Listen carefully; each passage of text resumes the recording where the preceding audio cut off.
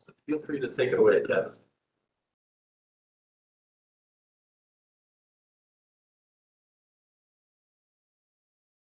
You want to just call us to order? First time in about 16 months. I'm using Apple. All right, September 2021 Eastgate Citizens Advisory Board meeting. We're calling it to order. First thing on the agenda is our 2050 Metropolitan Transportation Plan. Great. So as if you guys don't get to hear my voice enough, you're stuck with me presenting this month, but it's a big deal. So the 2050 Metropolitan Transportation Plan is like our agency's biggest project that we do, at least on the transportation side. It really sets the vision for the next 20 years of what the region will look like. And a lot of that is input and guidance from our state partners at ODOT, help with setting our goals and our targets and our performance measures is what we really need to be focusing on. And then we flip that around and get all of the input from the public and the residents and the people that work in our region, figure out what their transportation needs are. And then we go out to the communities and we ask, what kinds of projects can we put together to address the needs that we're hearing from the citizens, to meet the targets and goals that the state wants us to focus on? And how do we bring that all together in a cohesive document that's, easy to read, kind of lays out the steps and the framework for how these communities should put these projects together, what funding sources are available, what data do we have to back up and kind of reassess some of those targets and needs. So a huge undertaking. Nearly all of our staff touches this project at some point in the process. So I put together a timeline and it's in the agenda packet, page 2. And we'll kind of just go through a few of the steps and I'll highlight some of the big pieces of it. Kind of call attention to some things. So really what we're looking at is there's 3 main aspects of how this project works. So there's staff facilitation. So that's the work that we're doing in-house. That's a lot of the planning level, kind of the preparation, the research and data analysis, and then actually compiling the document itself. There's the public engagement aspect of it where we go out into the community.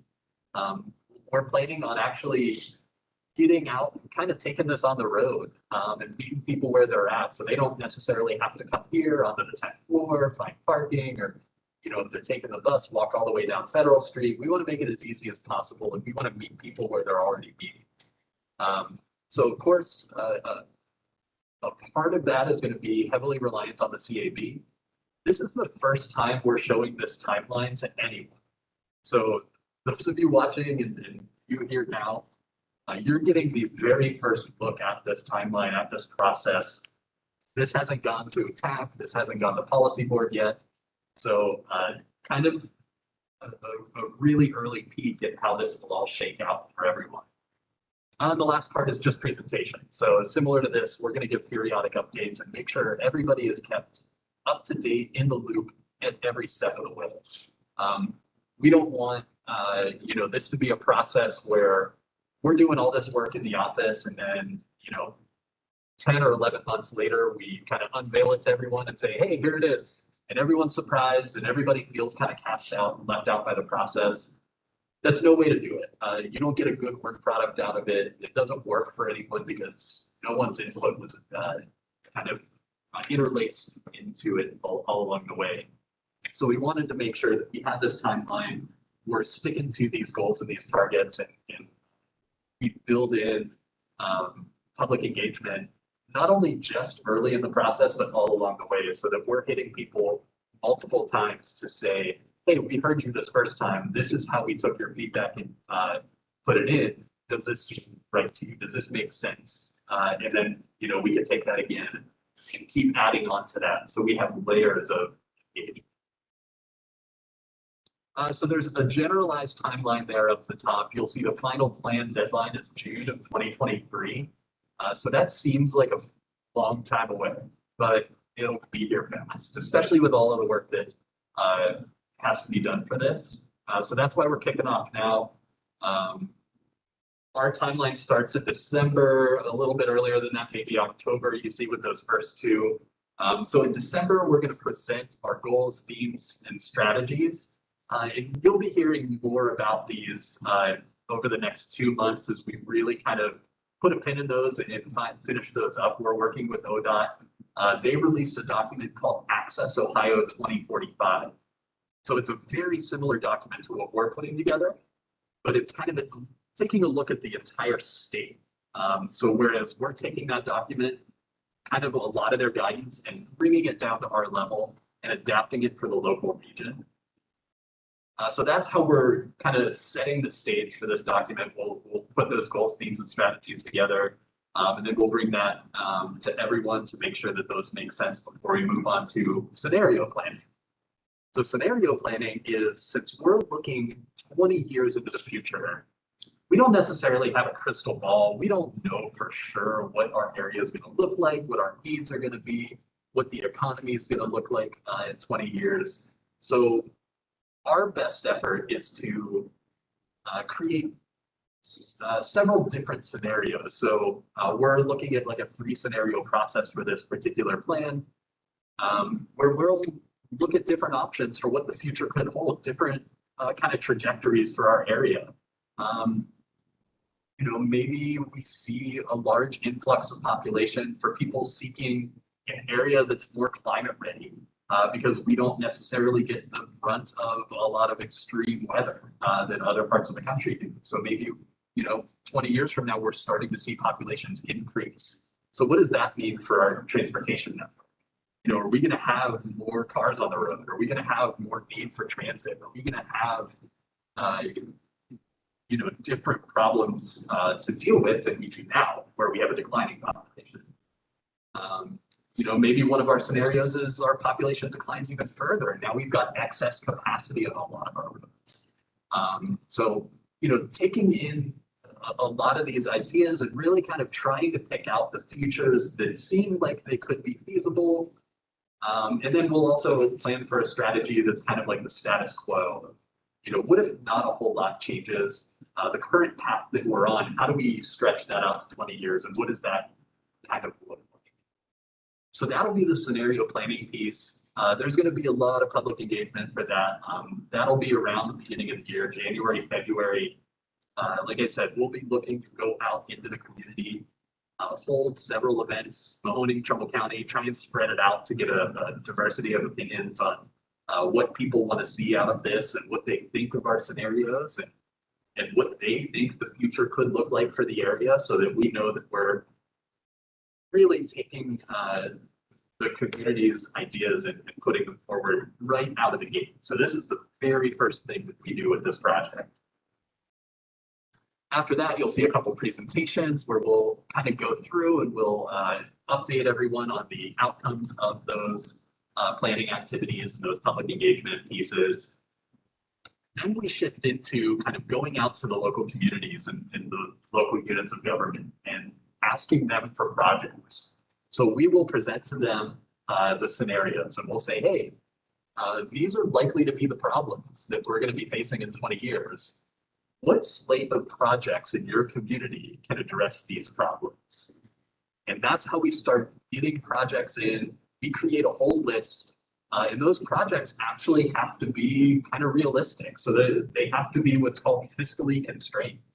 So we have a roundabout idea of how much money we're going to have to spend over the next 20 years. Those projects all have to fit in that money. We can't just say, we're going to spend $40 billion and, repave every road, do road diets here and expand roads here. They have to kind of be within the realm of possibility. We can dream big, but we always kind of have to fit it in somewhere. And this is a big deal too, because projects that are included in this plan, or projects that aren't included in this plan, technically can't move forward. So there's a kind of piece to this that's strategic too. So communities really have to think, if I need this work done on this roadway, or if I need these infrastructure projects done, 15 years from now, I need to make sure it's in this document.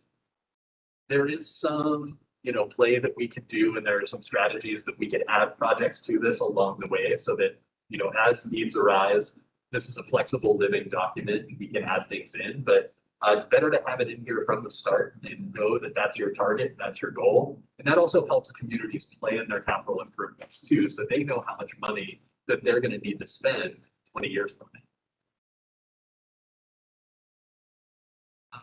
So moving on from that, once we have that list of projects, we'll go back to the community and say, hey, the cities and villages and townships and counties came up with these project ideas to address the problems that you identified earlier in this process. How do they sound to you? Is there anything missing? Is there anything that the community should be considering instead? So just another, point in the process where people are able to kind of put their opinions out there and say what they think of the list of projects and where the priorities are for the region, and if the money looks like it's being spent appropriately and in a way that's going to help address those problems. From that, we'll respond to all those comments, incorporate everything into the plan, make any changes that we need to. This is getting into the later part of 2022 and early 2023, where we start to actually bring this plan together. So in addition to just kind of the project component of this, is also kind of the guidelines, the policies, the information part of this. So we're going to talk about future of transportation. So what do electric vehicles have to do with our transportation system? How does that affect everything? What about autonomous vehicles? We're starting to see some of that technology come online. What's that look like in 20 years, and how does that impact how we need to build our roadways and our communities? We're gonna take a look at everything that could possibly impact our transportation, and it'll get folded into this plan. So our safety plan gets plugged in, our bike head plan gets plugged in. Those are all components of this larger document. And we want to make sure that we're in lockstep and we're making sure that any of the goals and strategies identified in those smaller pieces are facilitated by what we're putting out there in this larger plan. And then from there, once we have that draft together, we'll make that available to everyone. Comments can be made one last time to see if we really missed something, or if there's something we left out, or something that anyone thinks that we need to tweak. And then we'll have that final plan ready in June of 2023. So it's a little less than 2 years away, but that's going to fly, and that'll be here before we know it. So like I said, this was just an effort to kind of get this out in front of the CAB to let you know what's coming down the pipe. There's going to be a lot more, and as you saw, there's going to be a lot of public engagement opportunities. So we'll really kind of rely on you for a lot of that. Hope that maybe you could help us identify some locations out in the communities that would really respond to hosting some of these public engagement opportunities, and would have some good input for us along the way. But that is all I have for you on this topic now. If anyone has any questions. You're really looking at the crystal ball on this, because there's stuff that you have to consider where the technology hasn't even developed yet. Absolutely. Yeah, for our last long range plan, autonomous vehicles wasn't even a part of it. Or smarts, or the smarts, the viaducts, where they're wired, on your streets are wired. Yep. Another thing that is drones.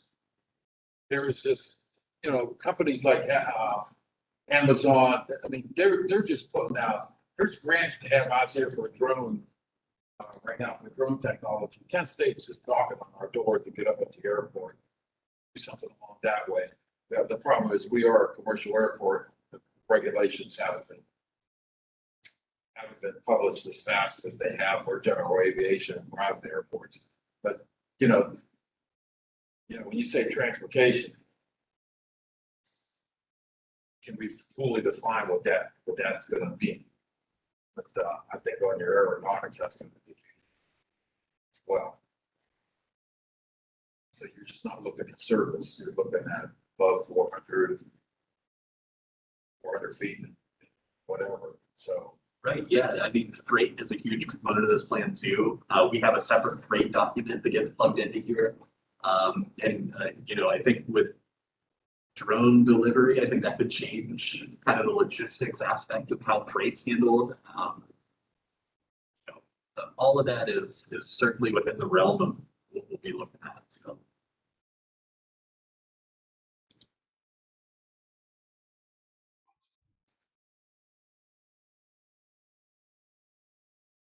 I had a question if that was an appropriate time to ask. Yeah, go for it. Thank you. So my main interest is active transportation trails, and I'm eagerly awaiting you guys finalizing the plan coming from MS Consultants, including the Mahoning Valley Greenway. So I'm just curious, will that be incorporated into this once that goes through? Yeah, certainly. So I think more immediately than for the Metropolitan Transportation Plan, all of that information is going to be included in our bike and ped plan that we're currently doing this fiscal year. So that plan will be finished June of 2022. And all of that information gets plugged into this larger document. So anything that was conceptualized, and I know we've talked a little bit kind of about the Mahoning Movement Trail, all of that conceptual information will get plugged into this larger document, you know, through our active transportation planning. Awesome, thanks.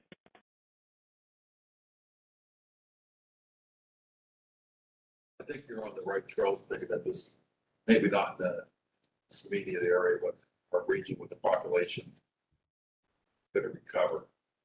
Let's look at the future. And we have three things that are very important for growth in the future. We have water, we have natural gas, we have water, temperature, and climate.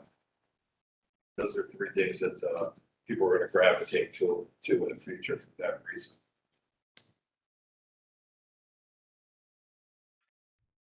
May I ask a question?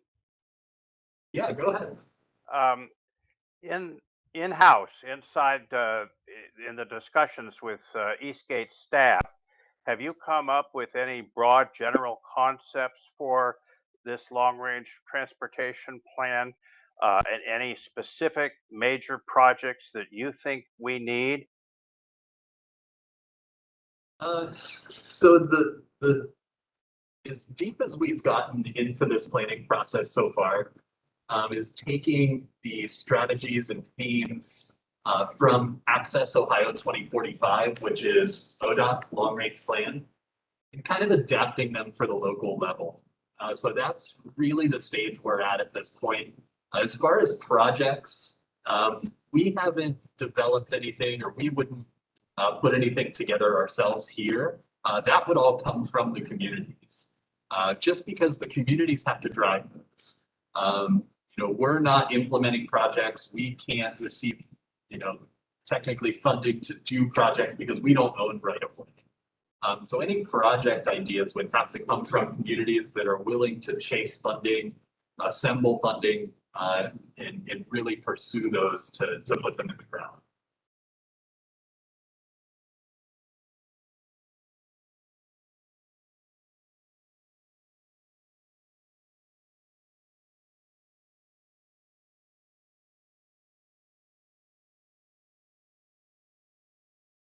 You know, I was going to make a follow-up observation, if I may, that I think Eastgate is in a unique position to look at this from a regional perspective, rather than just a parochial perspective of one village or city or township, and or even one county. So I do think that looking at the big picture, I think it would be a good idea, despite the limitations, for Eastgate staff to come up with a broad framework, or at least some major uh, transportation project ideas to put out there, to create a little bit of a framework or agenda for public discussion when the time comes around for that. Yeah, certainly. And I think to a degree, you know, our ultimate goal, at least on the transportation side, is to help communities make transportation decisions.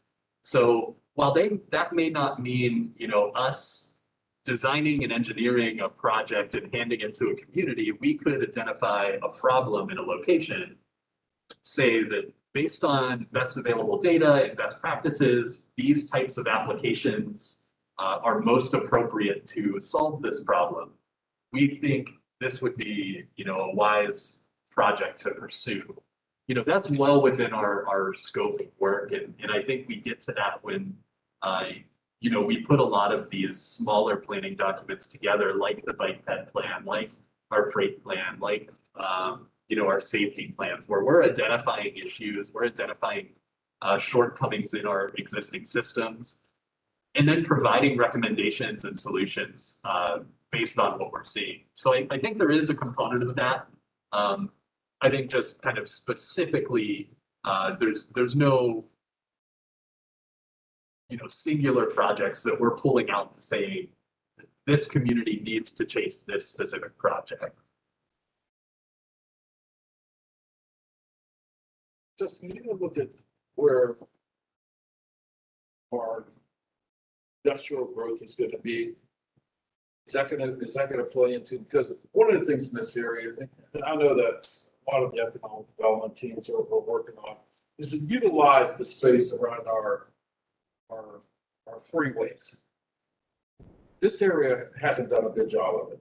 I mean, we just have tons of greenfields and space around our freeways that they're working on.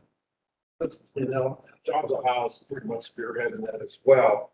That a lot of the growth, for the industrial is going to be, and not just for the industrial, but for, in shipping and what have you.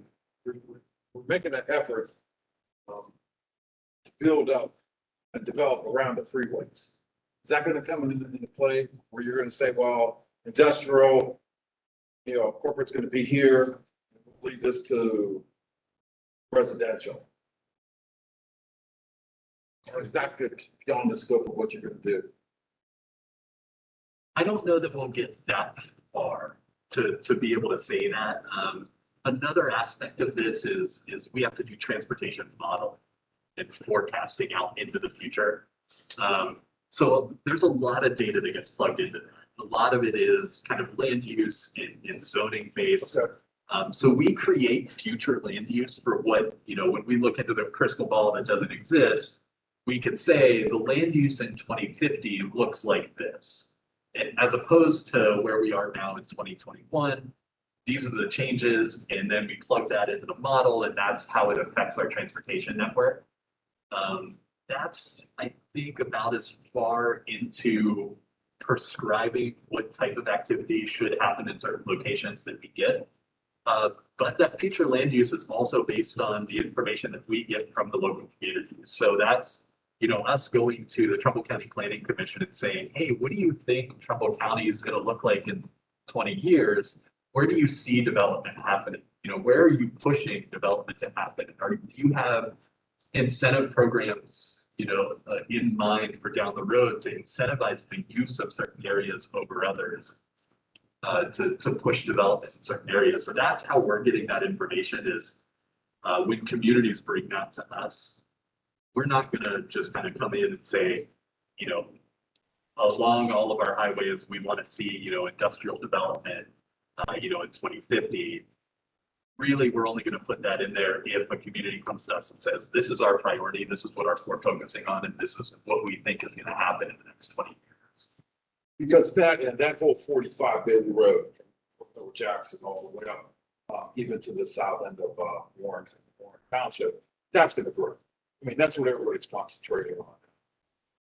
A couple other places on a smaller scale, like the Golden Triangle, there's still space up there, but but that's because of the freeway. Eventually, that Copperweld site, that's going to be rehabilitated. That's going to be flattened. That's going to be promoted as well. So, but because it's on a freeway, and I don't know if that's going to play into a little bit of what you're doing. That the land uses might be a little bit more defined. So Definitely. you won't have mixed use where in one neighborhood you'll have industrial, corporate, business, and residential. Yeah, definitely. And especially if there's a trend of development happening, the status quo kind of scenario plan that we'll go with is based on what's been happening the last 5 or so years. You know, North Jackson kind of really blowing up with development. You're probably going to expect that to develop more over the next 20 years. And just utilities, because- and the utilities there. Yep. You know, on the Trumbull County side, it's lacking a little bit on the sewer, but they're gonna, yeah, that's gonna be addressed. And they're hurting a little bit, but within a couple of years, that's gonna be addressed too. But the electricity's there, the water's there, you know, and the access, and it's just like, this area just promoted it incorrectly over the last 30 years. And especially working with economic development partners, so the board, so the chamber, where's the energy on the side, on the economic development side too? So we can factor that into our future land use. So, there's opportunities for all of this to come out. It just, Eastgate's not the one that kind of presents that initially. We, No. like to get that from as many sources as we can before we throw that out there, just because we don't like to prescribe. That's not our place to say, X entity needs to do these 3 things.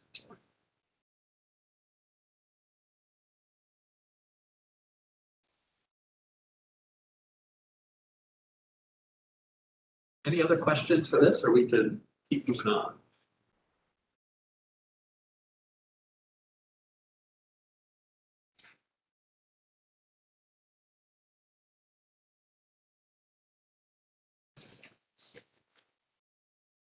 You want me to just roll into the policy board? Yep. Okay. So we'll talk about this a little bit later, but our schedule, at least here at Eastgate for our committees and our boards, is changing a bit.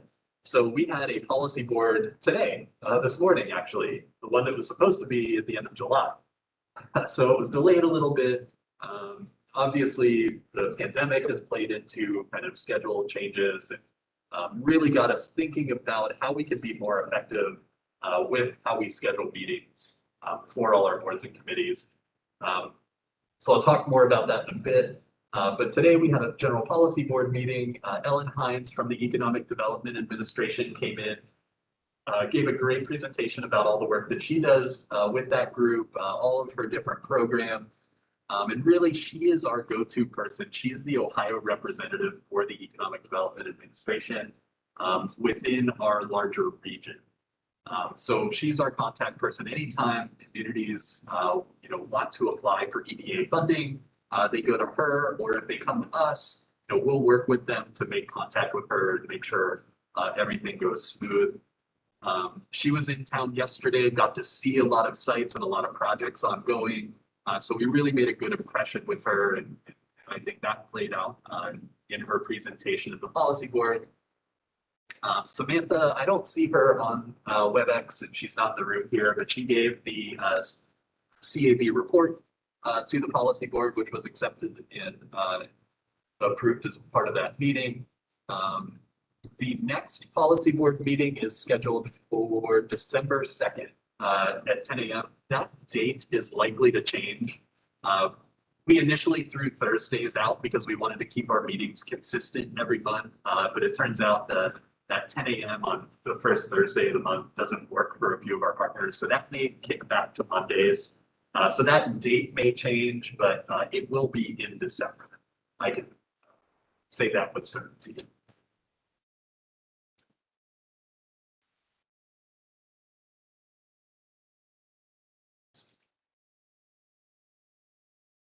And then I'll just kind of keep going down the list. Technical Advisory Committee. We used to have this on our agenda pretty regularly. When we were meeting in person, I would give kind of just a quick overview of what all the staff talked about at TAC. There was an attack meeting today, but I just wanted to put it on here to kind of get it back on the agenda. When we meet next month, that will be on there. I won't be here next month.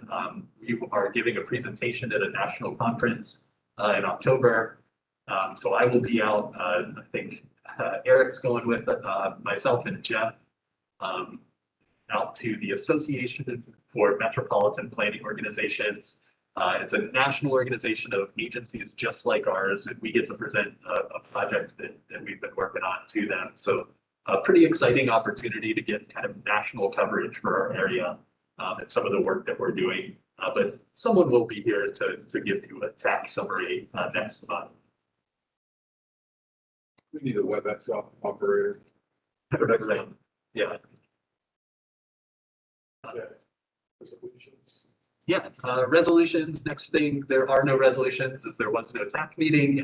So there's likely to be some next month, as that's the first TAC meeting in quite a while. So keep an eye out for those. How we will deal with resolutions moving forward is now that we are in person, we'll need a quorum of members in person to make their votes. According to Ohio Sunshine Law, you cannot cast a vote on a public board virtually. So you have to be in person to make your vote. So we will need at least 7 board members present to vote on resolutions as we move forward. So just something to keep in mind. I'll make sure in my follow-up email to kind of make that clear so that we get a good representation of board members at in-person meetings moving forward. So we will no longer be voting via email. We'll do things that way as we continue.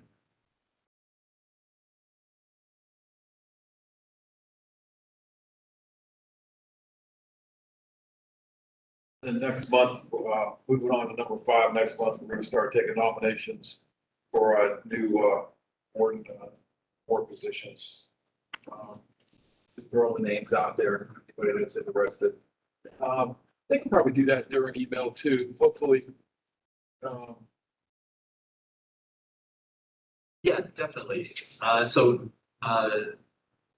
For membership for 2022, I think in the email for this meeting, I sent out a link to a survey. Anybody that wants to be a member, if you're a current member, just click that link. I made it super simple if you're a returning member. I think it's your name, your current email address, and then it asks you if you remember the previous year. You could click yes, and I think that's all it asks you.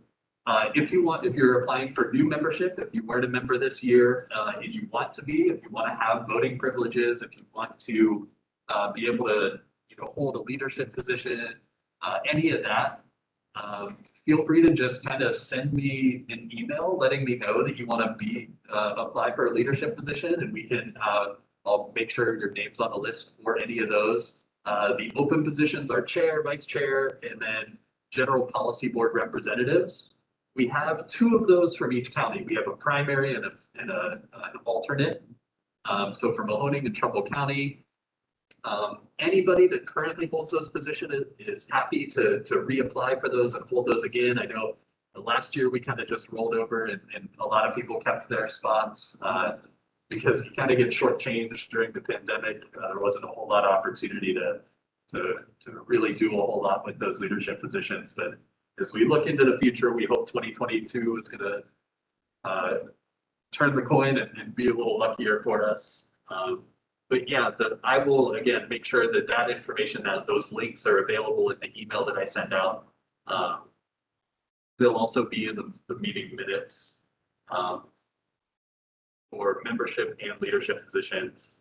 And then the only other thing I wanted to take some time to talk about is that new schedule. So that is on page 3 of the agenda. Scroll to it up here.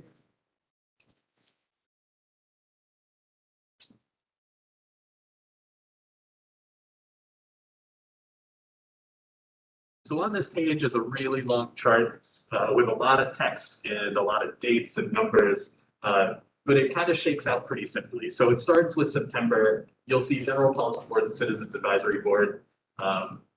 This month is a little wonky because we're just getting started with this new schedule. Next month is where it starts to get more regular. So October and November, you'll see are pretty much the same. Finance Executive Committee is in there. That has to deal with our accountant and Michelle and the work that she does. Those finance executive meetings line up with the end of our fiscal quarters. So those meetings are easier for her when it comes to our reporting and making sure the books look all right and everything's being done above board. But in October and November will be our TAC and CAB meetings. So you'll see those at their normal times at 10 and 6. And then in December, you'll notice it's only general policy. So we don't have a TAC or a CAB in December. January and February are TAC and CAB again, and then in March is only General Policy Board. So we're kind of doing this 2 months of TAC and CAB and then 1 month for Policy Board, so that we're not double dipping on meetings. We don't have meetings all the time. We're not asking people to come here too often. And it eases up everybody's schedules. But I do realize that that means that is 3 fewer CAB meetings that you would typically have in a year. Where I think this could open up a benefit is the CAB talked about subcommittees over the past couple months. And there's going to be 4 total months out of the year where there's no CAB meeting scheduled. So that could be an opportunity. Every 3 months, there's a subcommittee. People are used to meeting at this time, this day of the month. If that seems like a good rhythm and a good schedule, CAB is more than welcome on that off month to use that time, to explore topics in further depth and really get that subcommittee idea rolling. One of the things that Justin and I were talking about is membership. Walk up to the 5th floor of our neighbors up there at Regional Chamber that, probably get some other rules and addresses of organizations. But if anybody has any ideas, I know it's difficult. Some people just don't like attending meetings that are virtual. They rather just come in person. But if anybody has any ideas, we got to start a membership drive here pretty soon. If anybody has any ideas on how we should approach that, but I was going to go to the chamber and get some contacts of a lot of the downtown organizations that we have here. That's just a walkover for majority of any of them on of their employees if they want to come and join our meeting. If anybody had any ideas on how we could go to that end, respond to the emails that Justin sends out. Yeah, absolutely. And we'll pursue those. If you know anybody that you think may be interested or other groups that you think would be a valuable voice in these meetings, the best thing that we could do is have as many perspectives as possible around this table. Because we can't all see it from everybody's own view. So the more variety of organizations and diversity of people that we have in these rooms and these conversations, the better outcomes we'll have. So if there are groups that you're connected to, if there are people that that would be valuable to have here, feel free to send any of this information. Send them the membership application link. If they would like to talk to me about what all this is, I'd be happy to spend some time and get together with anyone that's interested. And let them know what CAB is all about. Try and bring them on board. I don't think there's any limit to how many people we'd like to have in this room. So We were doing pretty good right before the pandemic. We were having over 20 meetings. So. Do you have any other questions or comments? Yes, if I may. Obviously there's a challenge here in trying to get more people in attendance. I'm looking at that picture, and around that big table, I think I see only 3 people spaced out there in actual physical attendance. You say that we need to meet in person in order to vote on any resolutions. Now, frankly, from a COVID transmission standpoint, that room is a terrible place for a meeting. I mean, it's a windowless dungeon. I'm actually looking out the door. I can see out the window, but you can't open any windows in that building to get good ventilation. I'm fully vaccinated, but I'm not comfortable coming inside a building like that, or really any building at this point, with a tenfold increase in COVID cases in Ohio over the last month. So I would suggest, if you want to meet in person and you want people to show up and vote, we still got 2 more good weather months. We could meet in October and November at a covered outdoor park pavilion that's sheltered from the rain, but it's still outdoors. I'm on the Children's Services, Mahoney County Children's Services Citizen Advisory Board. We just had a meeting in Boardman Park that way. I'm on the Natural Resources Committee of Mill Creek Park. We've had several meetings outdoors in different park pavilions. And I'm not an expert on COVID transmission. I'm not a scientist, but I've been doing a lot of reading on it. And I think maybe if you tried an outdoor meeting somewhere in a park like that, in a covered pavilion, maybe you could get more people physically in attendance to vote, and people would be a little more comfortable knowing that outdoor COVID transmission is relatively rare compared to indoor transmission. I certainly hear you, Pete, and I don't disagree at all with you. I think the challenge becomes availability of technological capabilities. Whether that's just power or that's internet. And then, video and audio become exponentially more difficult in an outdoor setting. So that's kind of the stumbling block that we've hit when we've talked, with a few locations about trying to do an outdoor meeting. It's not entirely ruled out. And I wish that, the state of Ohio would have kept kind of postponing that the sunshine rules for the in-person requirement for voting. But that's not the case. So we kind of have to play the hand that we're dealt. And we'll certainly keep exploring and looking for locations that are able to accommodate kind of the technological needs in an outdoor setting, if that's possible. I can feel the air movement. Upgraded the system. Yeah, I mean, there is an HVAC system. I don't know anything about HVAC, if there's certain filtration requirements or, any of that. And like Pete, I'm not an expert on kind of the biology of COVID. Yeah, any of that, but I totally understand your concerns, Pete. I am right there with you, especially considering the situation that we're in now. And just kind of without throwing my hands up in the air too much, it's kind of just have to do with what we can, and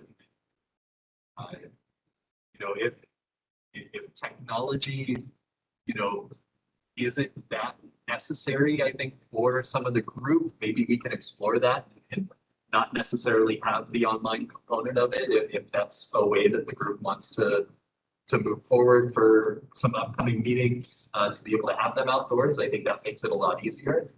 So certainly a discussion we can have.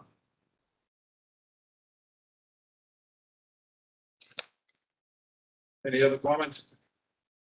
Yes, sir. Question, this morning, there were resolutions that passed by the policy board had to do with state road, state ground, put sewer line in. Public county changed. Sounded like the ordinary. And the police also they put these sewer lines in. Said it was for septic system. What were they talking about? Question off the top of my head, I'm not sure. But I can get you that resolution and send it over to you after the meeting. I'm sure that information is included in the text of the resolution. I read it, well, maybe the entire thing. So just it made it sound like in state routes, state highway, changing something that they had ordinarily planned. It's referred to.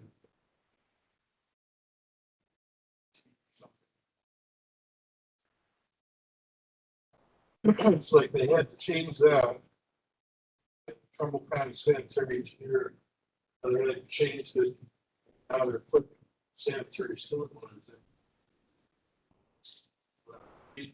State highway, but that's all I thought of for that. That was from me, reading it. I took it home and read it. Sure. Standard order of time. Sure. Yeah, if I had to guess, that's Stephanie's program. That's our wastewater management. And the acronym you're probably referring to is the area-wide wastewater treatment prescription plan or area-wide wastewater management plan. It's the management, Right. So, because the able to sign off on it. well, yeah. So So, the alternates, alternates.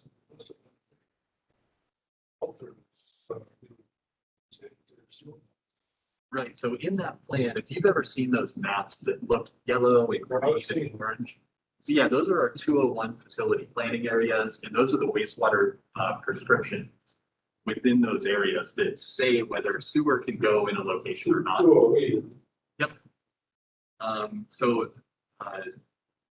depending on where this project was located, one of those boundaries may have needed amended, or it may have just needed a simple prescription change. And that requires conformity by our board in order to go to EPA to get approved for that project. So yeah, I can dig up that resolution and take a look and see if I'm able to identify where that project's located. Or I can, talk with Stephanie and she would definitely know more. I'll call you.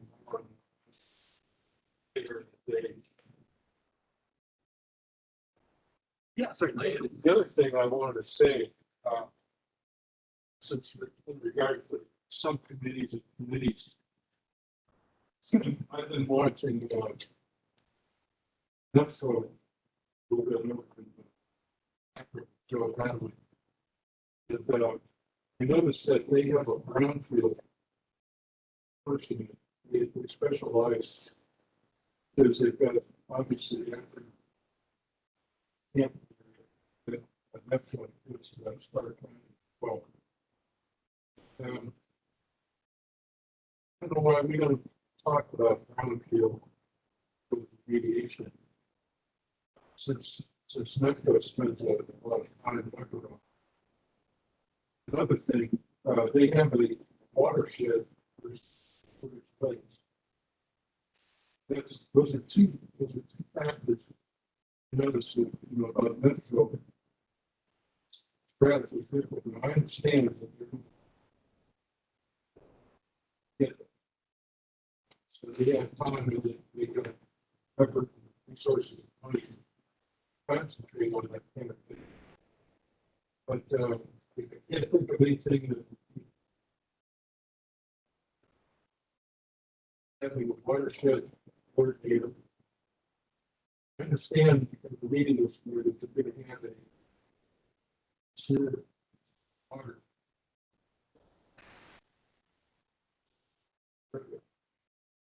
The other thing too, I've been watching the wetlands. Their meeting, they have a committee, it's called the Water Quality Committee. And they have a subcommittee, the Water Quality. Actually, subcommittee. All three of those things are extremely important. Extremely important. That's a little step. What a sewage mess going on here. And not only they have the industrial sites, we wouldn't seem to have anybody that's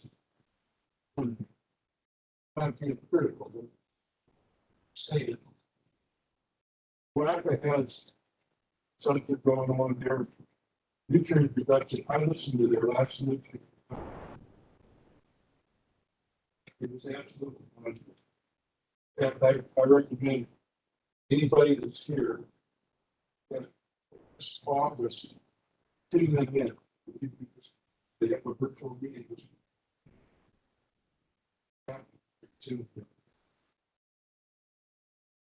Yeah, I know that Stephanie coordinates with all of those different agencies through some statewide partnerships with a lot of that work. I will say that, brownfields and watershed stewardship, those two aspects are big concepts, but it all comes down to funding.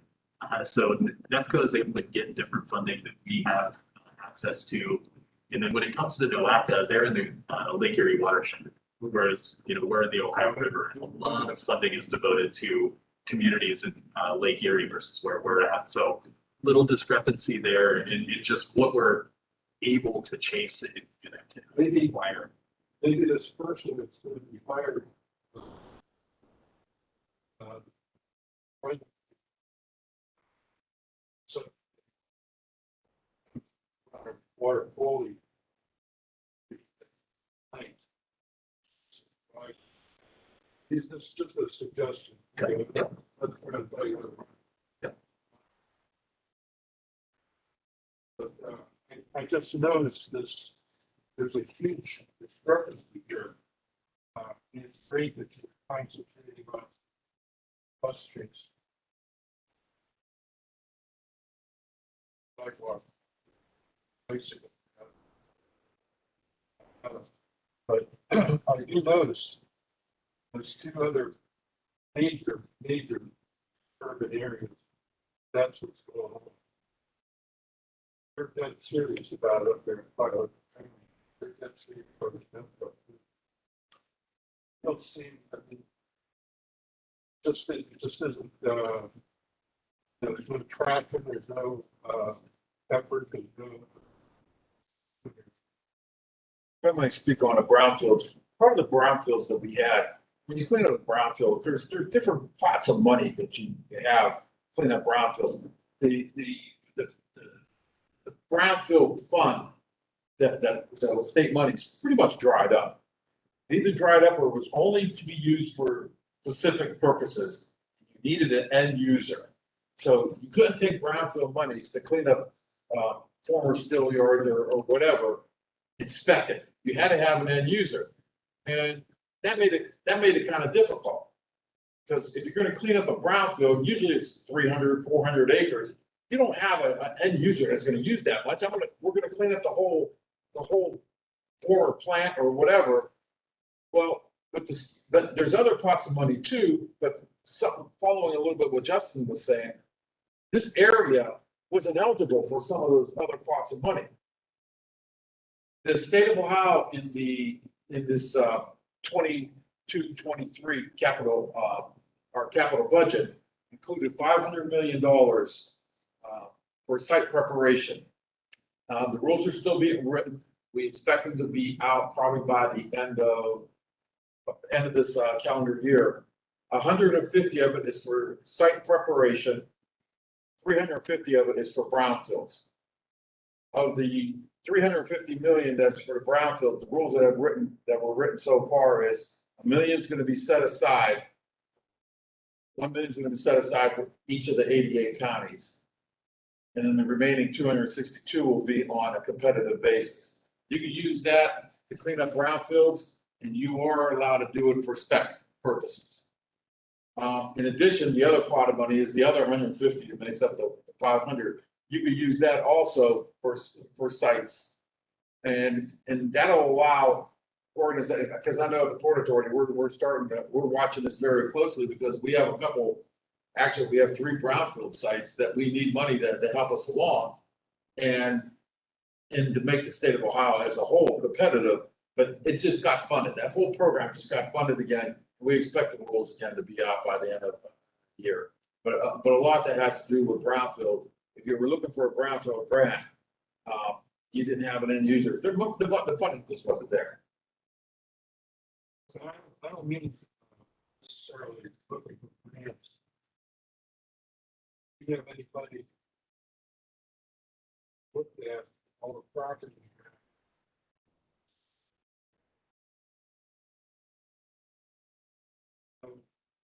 What?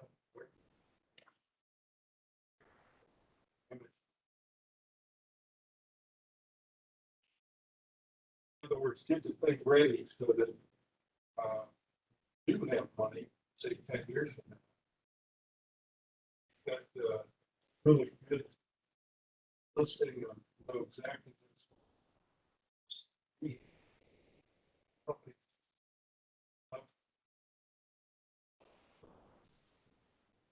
Place to house, nobody organizing.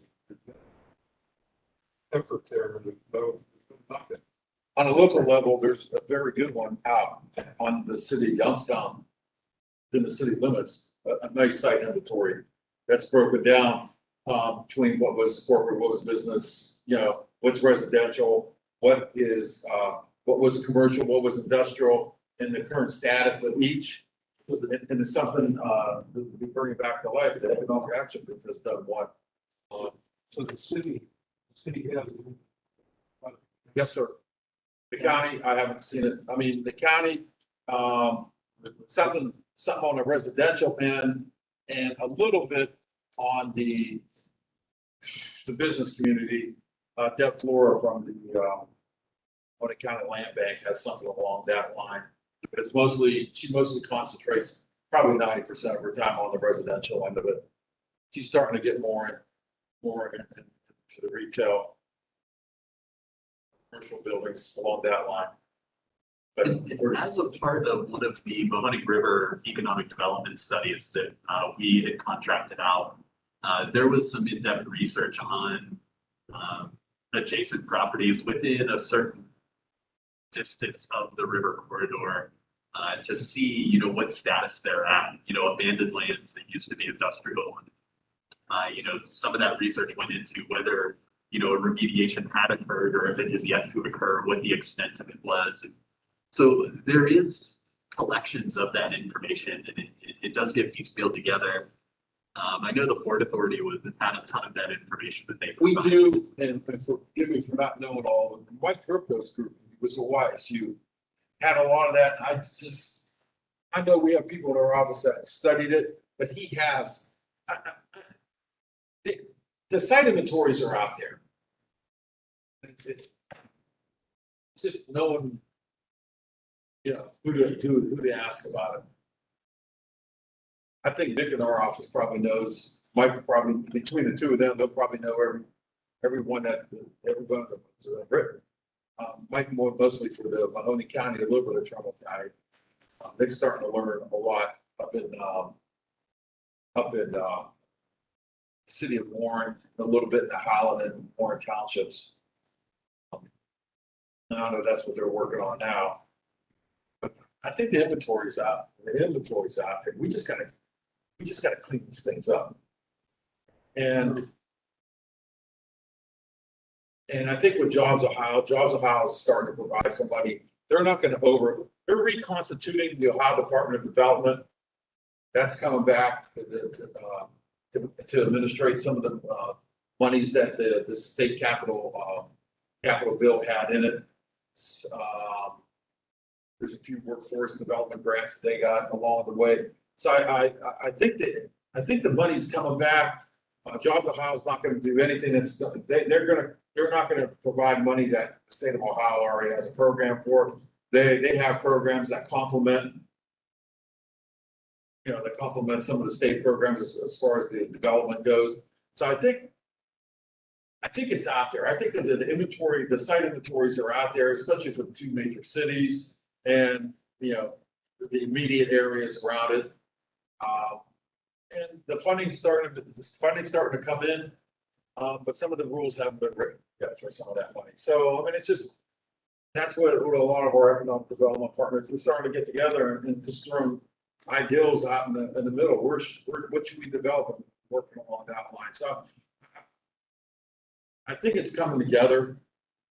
One thing that this area didn't have for many years is cooperation among the main development organizations. I think you have that now.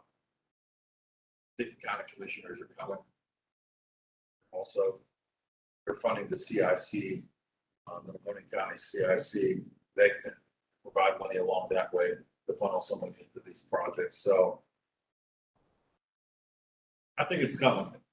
So any ideals that you have, that's why I want to bring Nick up here that's where, when I was saying that we need the Citizens Advisory Board's insight, you know, comment, and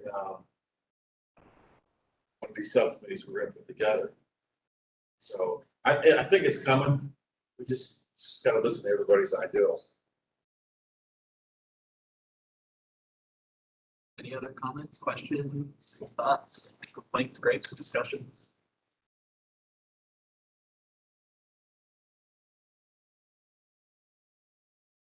with that.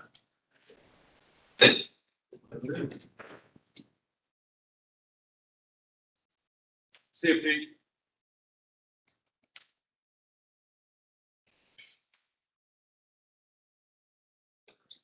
Thank you.